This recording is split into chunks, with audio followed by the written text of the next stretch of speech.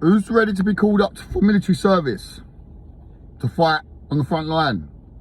What front line that is, I don't know. Are we fighting France? Are France invading us? Are the Russians dropping out of the sky? Are Russian bombs coming to Great Britain and landing in our cities? No. What is all this propaganda about? And they're talking about no patriotism in the country. I wonder why there's no patriotism. Patriotism has been downslided for years now. You're not allowed to be patriotic. Now they want you to be. Get out of here. Who would we be fighting for? The globalists, the elites. Not for our country. We ain't got no threat. We're funding the war in Ukraine.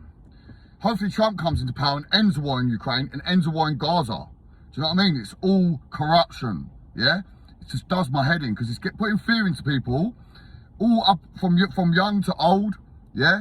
And people are actually worried about it. Not myself personally, but it's all one big psyop, yeah? Would the elite children be fighting? Would the politicians be signing up to fight to go on the front line? Well, all these immigrants are coming on a boat, put them in hotels while veterans are left hungry on the streets. Are they signing up to fight? Are they going to Ukraine? We don't need to go to Ukraine. Maybe if NATO didn't push up onto the border of Ukraine, then we wouldn't have this going on with Russia, would we? We wouldn't, no. I have no problem with Ukraine. Russia are not no threat to us. They're recruiting the average man off the street, literally, because they've lost most of their army. Ukraine have lost hundreds and hundreds of thousands of people as well, which obviously we cover up. Both sides, like a meat grinder out there. But really, Ukraine are fighting the West's war, the globalist war, for the globalists. But the average man out there is fighting for their own freedom, which you can understand, just like if we had the French. I say the French, for example, because they're our closest neighbour. Don't want to bring Ireland into it, because I don't have to. I'm Irish. My mother's Irish. My point being is, we had France coming over here invading us. I'd be on the front line to fight for my family, my children, and the country. You understand? Certainly when we're fighting for Queenie country, what did the Queenie country do for us? Sod all, mate. Yeah? We ain't allowed to be patriotic over here no more. Yeah? If you fly a flag, you're racist. If you have a flag hanging outside your house, you'll have the council knocking on your door, threatening you with eviction if you don't take it down. It's a load of rubbish, mate. And it's just driving me mad. Russia are no threat to us. We have no Russian bombs coming in our country. The only thing you have is cyber warfare between the West and Russia and China and the rest of it.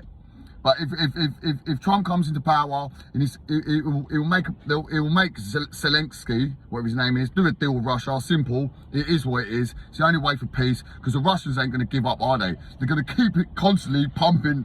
They've got more men than Ukraine. They're going to keep constantly pumping their Ukrainian men into their armed forces to fight for what they say is their freedoms, and not having NATO on their border and rockets next door to them. We must remember, after the Second World War, when NATO and the bloc was up to Berlin Wall in Germany, we promised that we wouldn't go no further. But now, year after year after year, look at the map. We've gone further and further and further and closer and closer and closer to Russia.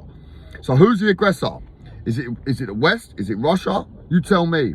Like I say, it's all propaganda. I certainly wouldn't be signing up to fight for no globalists. End of story.